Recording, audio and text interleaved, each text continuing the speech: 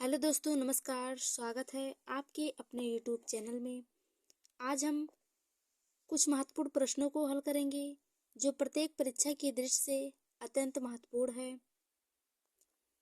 आज का पहला प्रश्न है, भारत के राष्ट्रीय ध्वज की लंबाई और चौड़ाई का अनुपात है। Option A 5:3, option B 3:2, option C 3:4, option D 2:3। तो इस क्वेश्चन का सही आंसर होगा ऑप्शन बी 3:2। भारत के राष्ट्रीय ध्वज की लंबाई और चौड़ाई का अनुपात है। अगला प्रश्न है, भारत के राष्ट्रीय ध्वज की चौड़ाई और लंबाई का अनुपात है। ऑप्शन ए है 1:2, ऑप्शन बी है 2:3, ऑप्शन सी है 3:2, ऑप्शन डी है 2:1। तो इस क्वेश्चन का सही आंसर होगा ऑप्शन बी 2:3। भारत के राष्ट्रीय ध्वज की चौड़ाई और लंबाई का अनुपात है। अगला प्रश्न है, भारत के राष्ट्रीय ध्वज के मध्य में बने धर्म चक्र का रंग क्या है। ऑप्शन ए समुद्री नीला, ऑप्शन बी गहरा नीला, ऑप्शन सी काला, ऑप्शन डी हरा। तो इस क्वेश्चन का सही आंसर होगा ऑप्शन बी गहरा नीला।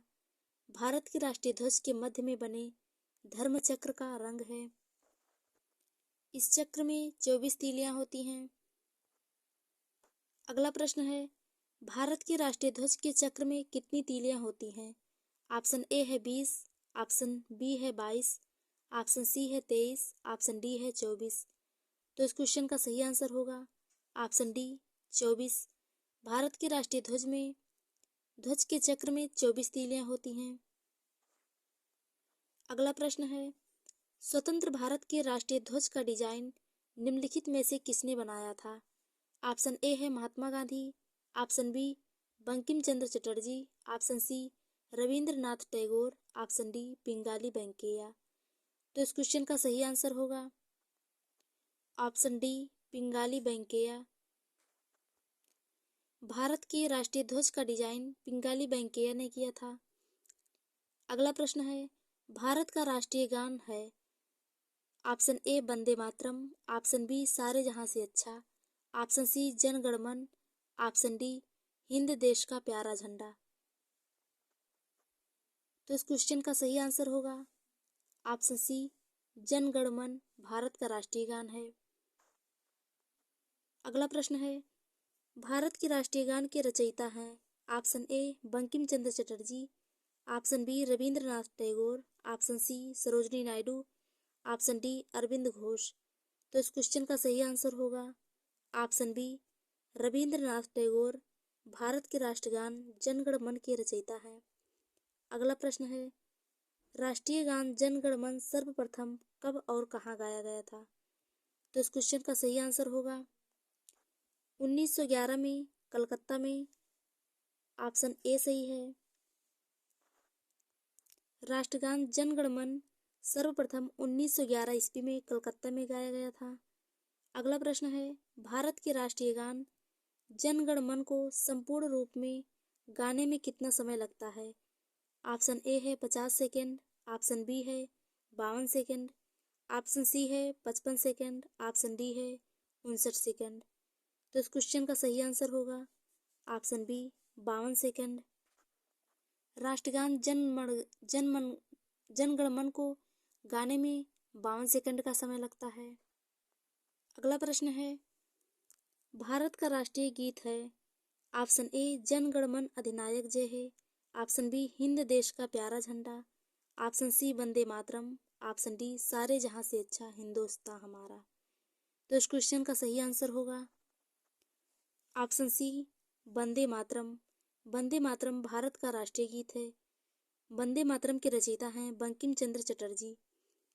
अगला प्रश्न है, भारत के राष्ट्रीय गीत के रचयिता हैं। Option A Rabindranath Tagore, option B Bankim Chandra Chatterjee, option C sir Mohammad Iqbal, option D Sarojini Naidu. तो इस क्वेश्चन का सही आंसर होगा ऑप्शन बी भारत के राष्ट्रीय गीत के रचयिता बंकिम चंद्र चटर्जी हैं।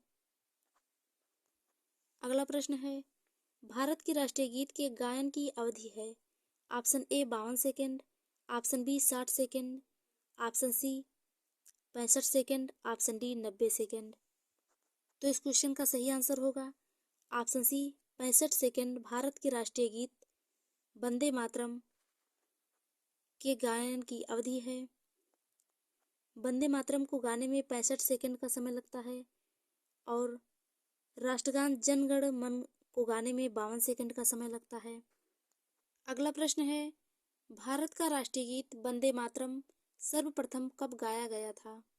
ऑप्शन ए है 1886 ईस्वी में, ऑप्शन बी है 1896 ईस्वी में, ऑप्शन सी है 1906 ईस्वी में, ऑप्शन डी है 1907 ईस्वी में।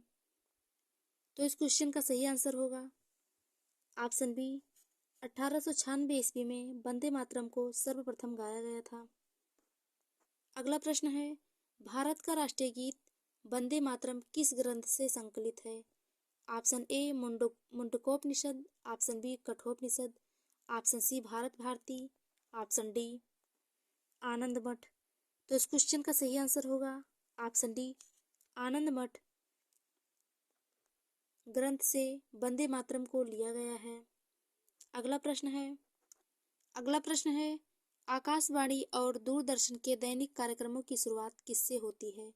ऑप्शन ए राष्ट्रगान, ऑप्शन बी राष्ट्रगीत, ऑप्शन सी संतूर वादन, ऑप्शन डी फिल्मी धुन। तो इस क्वेश्चन का सही आंसर है ऑप्शन बी राष्ट्रगीत से आकाशवाणी और दूरदर्शन के दैनिक कार्यक्रमों की शुरुआत होती है। अगला प्रश्न है, सारनाथ स्थित राष्ट्रीय स्तंभ का कौन सा भाग राष्ट्रीय प्रतीक के रूप में लिया गया है? ऑप्शन ए है शीर्ष भाग, ऑप्शन बी है मध्य भाग, ऑप्शन सी है आधार भाग, ऑप्शन डी है पूरा भाग।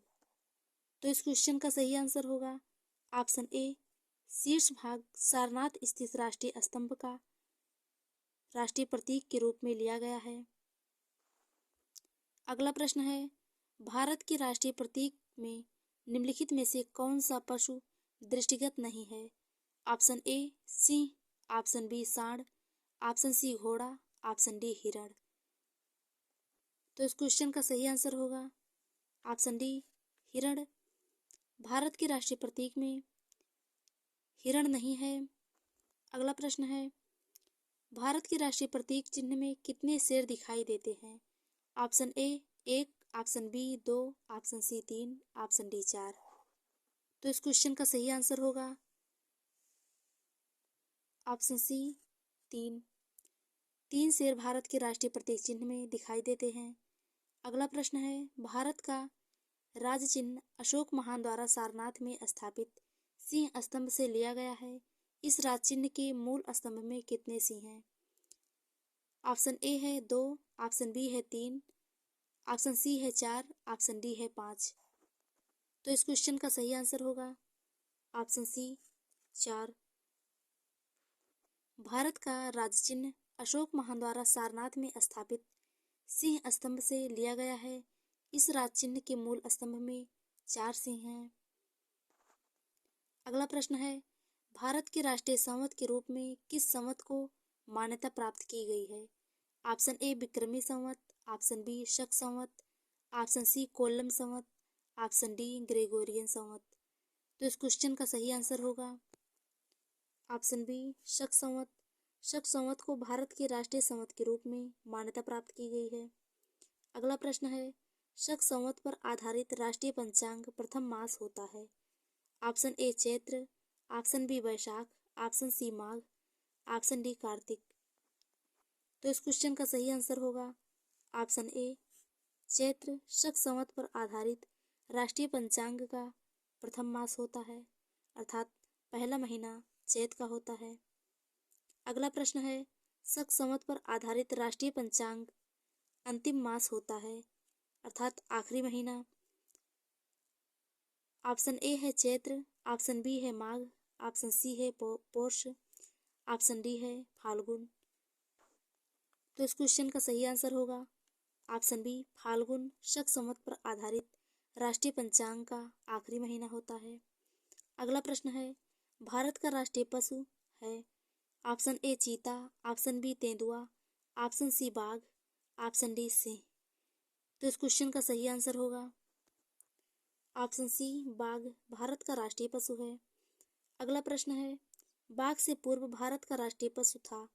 ऑप्शन ए हिरण, ऑप्शन बी नीलगाय, ऑप्शन सी सिंह, ऑप्शन डी गैंडा। तो इस क्वेश्चन का सही आंसर होगा ऑप्शन सी सिंह। बाघ से पूर्व भारत का राष्ट्रीय पशु था।